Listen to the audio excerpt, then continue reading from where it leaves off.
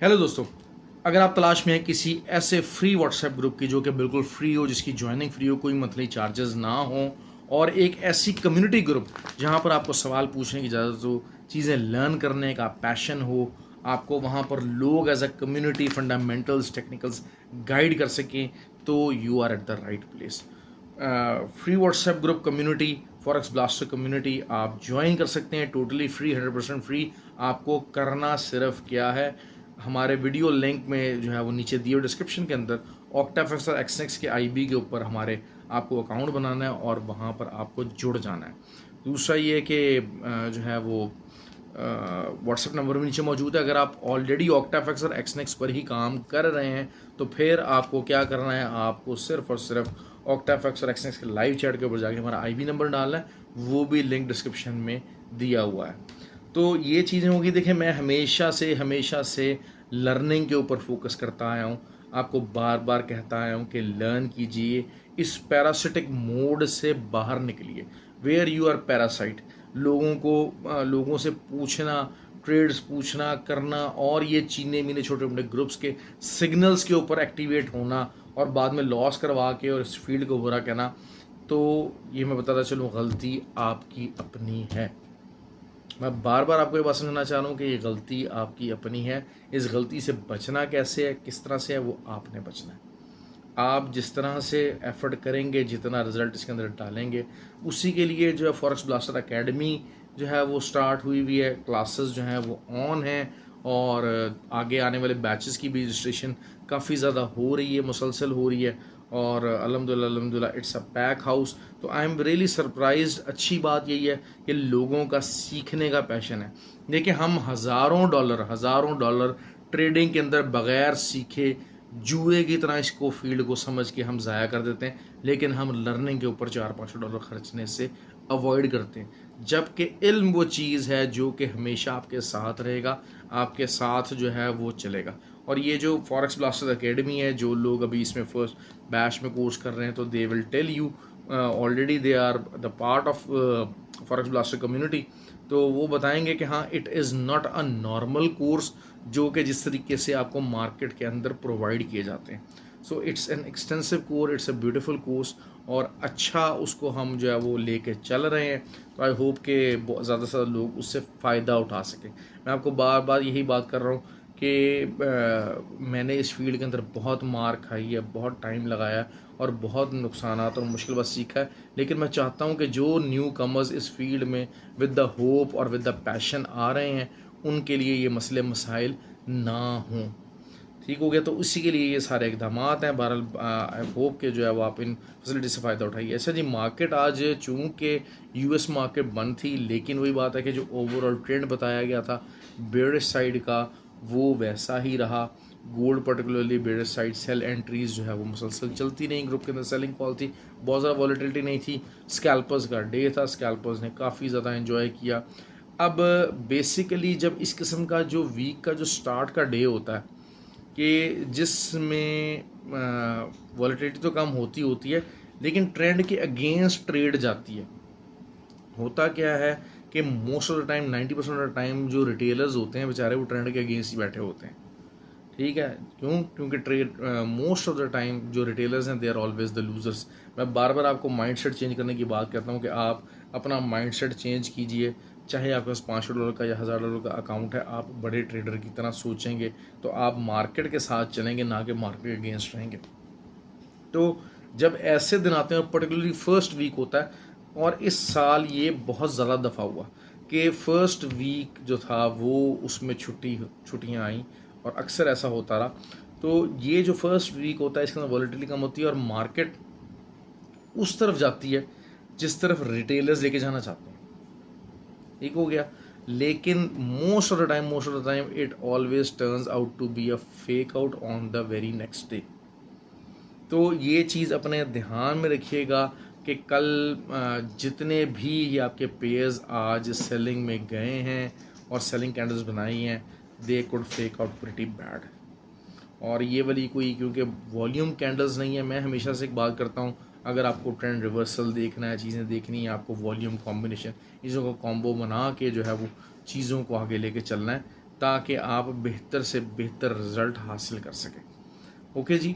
तो गोल्ड का पर्टिकुलरली वही बात है कि अगर 84 और 72 ये दो एंट्री एरियाज़ बनते हैं और यहाँ पर अगर एंट्रीज़ मिलती हैं आपको, तो ऑब्वियसली मॉर्निंग के अंदर थोड़ा बहुत पंप लेके, तो अगर आपको इन एरियाज़ के ऊपर मिलता है तो लाजमी सेल कीजिए और अच्छे प्रॉफिट के लिए आप इसको अच्छा होल्ड कर सकते हैं। 40 तक का लेवल एक अच्छा लेवल है। बेसिकली 100 मूविंग एवरेज की जो है वो सपोर्ट भी मौजूद है। आज वही एग्जांपल्स हम लोग जो है वो फॉरेक्स ब्लास्टर एकेडमी के अंदर दिखाते रहे और लोगों को सिखाते रहे, बताते रहे कि जी कैसे जो है वो साइडवेज मार्केट और कैसे सपोर्ट जो है वो चल रही है। बेसिकली हुआ यही है कि जो गोल्ड है उसको फंडामेंटल सपोर्ट है।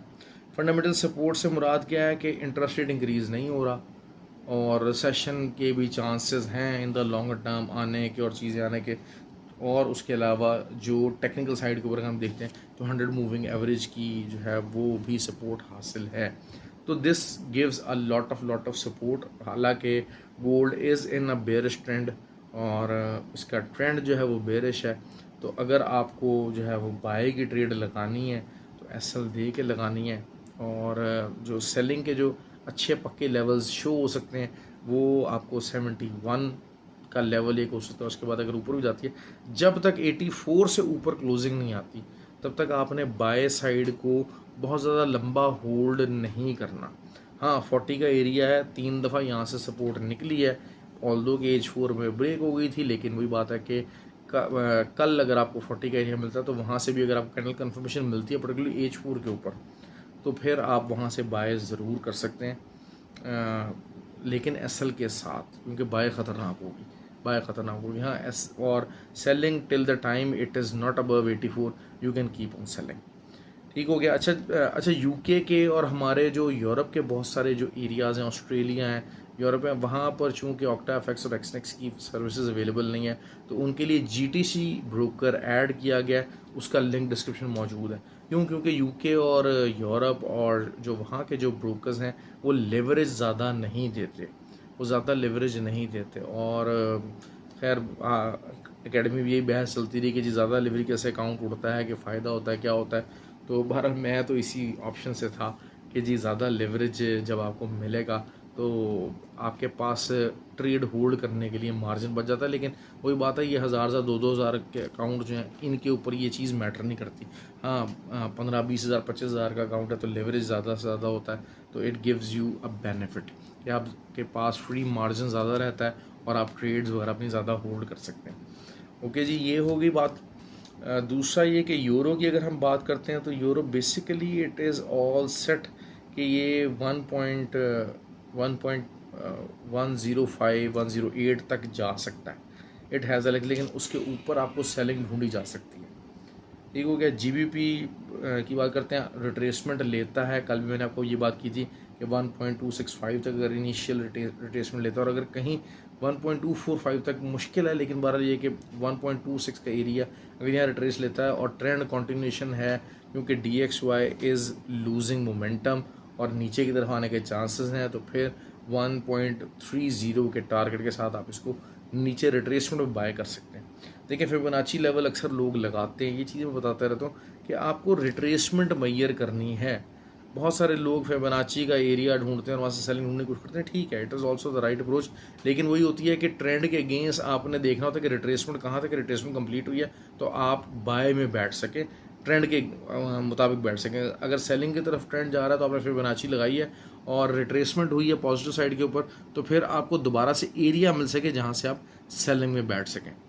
तो ये जो चीज़ होती है फिबोनाची का यूज़ है प्रॉपर तरीके से, तो इसकी हम लोग बात करते रहते हैं सारा टाइम। तो रिट्रेसमेंट जो है वो यहाँ आ सकती हैं।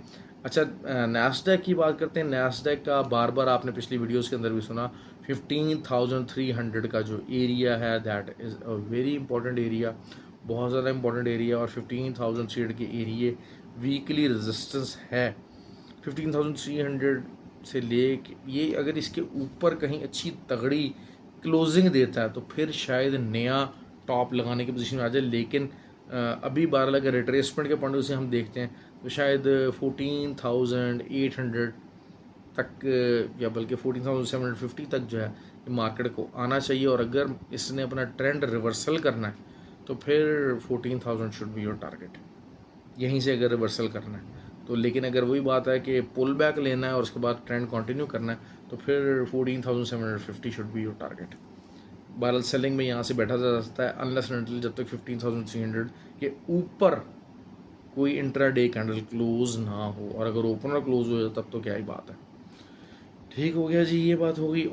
ऑयल भी साइडवेज मूव रहा, लेकिन जिस तरीके से मैंने आपको बताया कि ऑयल थोड़ा सा ज़रा बुलिश हो रहा है, क्योंकि होता यही है कि DXY या डॉलर जब मोमेंटम लूज़ करते हैं तो बहुत सारे ममालिक जिनको ऑयल की परचेजिंग करनी होती है, जैसे ही वो डाउन होता है तो ये क्योंकि मिलियंस ऑफ डॉलर्स की पेमेंट होती है तो वो ऑयल परचेज़ करते हैं US डॉलर के अंदर, और US डॉलर के वीक होने का इंतजार करते हैं। तो the moment DXY gets weaker तो फिर आपकी जो ऑयल की प्राइसेस हैं वो आपको ऊपर को जाती हुई नज़र आती हैं। और वही चीज़ है कि 74.5 का जो एरिया है, 74.5 से लेके 76.4, ये एक बड़ा एरिया बता रहा हूँ, लेकिन वही चीज़ है कि इसका प्रॉफिट भी बड़ा होता है। तो ये यहाँ से 68, अगर इस लेवल के ऊपर आपको सेलिंग मिलती है तो 68 could be the area of your first TP। 68.5 कर लीजिएगा ऑन द सेफर साइड। लेकिन वही बात है कि huge TP potentials are there. थोड़ा सा ये कि इंट्राडे से हट के आपको प्रॉपर स्विंग ट्रेडिंग की तरफ लेके जाने की कोशिश करता हूँ मैं दरमियान में, लेकिन गोल्ड के ऊपर मैं लाजमी इंट्राडे बताता हूँ क्योंकि उसके ऊपर इंट्राडे वाले ही हैं। और इवन के ऑयल की भी जो प्राइसेस है और नैस्डैक है ये वॉलेटाइल पेयर्स हैं तो इंट्राडे देते हैं। हाँ, क्रॉस पेयर्स जो हैं वो थोड़ा बहुत जो है ना ढीले होते हैं। अब GBP JPY अच्छा, कल जो है वो बैंक ऑफ चाइना जो है, चाइना का जो सेंट्रल बैंक है वहाँ उसका इंटरेस्ट रेट डिसीजन है, और इंटरेस्ट रेट डिसीजन एक्सपेक्टेड है कि इंटरेस्ट रेट कम किया जाएगा। अगर तो ये इंटरेस्ट रेट कम किया गया तो गोल्ड की प्राइसेस मॉर्निंग के अंदर ही बाय साइड पे जा सकती हैं। ठीक हो गया। और अगर वही 3.65 को ही मेंटेन रखा गया तो फिर गोल्ड की प्राइसेस बेयरिश रहेंगी। ये और ये भी असल में बाय से मुराद भी है कि हल्की फुल्की रिट्रेसमेंट है टुवर्ड्स बाय, ट्रेंड नहीं चेंज हो जाएगा चाइना के इंटरेस्ट रेट होने या ना होने से। ओके जी, ये चीज़ अपना ध्यान रखें। जो लोग अर्ली मॉर्निंग उठ के ट्रेड करना चाहते हैं उनको मैं ये गाइडलाइन देना चाहता हूँ। और उसके अलावा जो है USD JPY, आज तो भाई USD JPY चाहे जो मर्जी था नए हाई की तरफ बैठा हुआ, तो this means this is clearly telling us, saying us कि हाँ भाई JPY के हालात काफ़ी ज़्यादा ख़राब हैं। Policy divergence is taking a troll on the JPY। और JPY जो है वो आज उनके बल्कि गवर्नर की भी जो है स्पीच थी कि जी उनको अंडर चेक जो है वो FS मार्केट के वॉयलेशन का जो चेक था उस पे से हटा दिया गया, उस वॉच लिस्ट पे हटा दिया गया। तो it's a positive sign for the JPY, जिसकी वजह सोचता है कि स्टार्ट में कुछ JPY थोड़ी सी ज़रा जो है ना वो हरकत दिखाने की कोशिश करे और हल्की फुल्की रिट्रेसमेंट JPY के अंदर आ जाए। बहुत ज़्यादा नींद आ रही है मुझे, बहुत ज़्यादा जो है वो मैं डाउन हो रहा हूँ, but I have to make the video क्योंकि सारा दिन अकेडमी में पढ़ा के काफ़ी बंदा थक जाता है। It's a hectic job.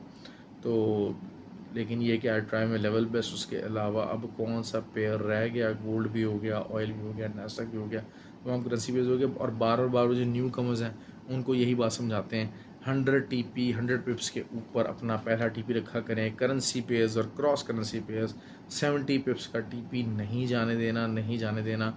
इस चीज़ को अपना SOP बना लें। ट्रेड डिवाइड करके लगाएं, 0.10 की लगानी है तो 0.05 की 2 ट्रेड्स लगाएं। एक को TP1 के ऊपर क्लोज़ करें, दूसरी जो है वो या ट्रेलिंग स्टॉप लॉस कर दें या फिर ये है कि उसकी एंट्री जो SL पॉइंट के ऊपर कर दें, ताकि आप प्रॉफिट का हाथ आया हुआ प्रॉफिट जो है वो ना आपके हाथों से गंवाया जा सके। क्योंकि प्रॉफिट जो होता है ना वो चोर होता है।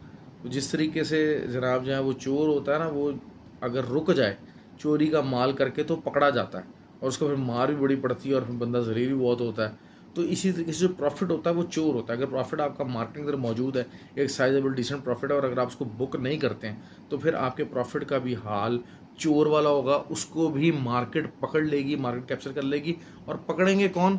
पकड़ेंगे वो लोग जो आपके एंटी ट्रेड कर रहे हैं, आपके अगेंस्ट ट्रेड कर रहे हैं। मैं बार बार इस मैकेनिज्म को समझाता हूँ कि इस मार्केट के अंदर पैसा कहीं से नहीं आना। पैसा आपका मेरा आपके पास, आपका मेरे पास, ये चीज़ें चलनी है। इसी तरीके से सब कुछ होना है।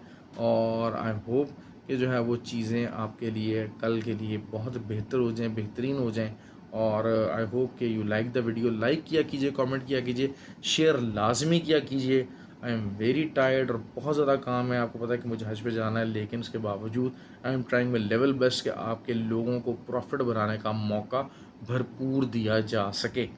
और गोल्ड जब तक जो है वो 48 से लेकर 52 से ऊपर है, गोल्ड एक रिट्रेसमेंट बाय निकाल सकता है। ठीक हो गया जी, ख्याल रखिए अपना, have a good day, thank you very much.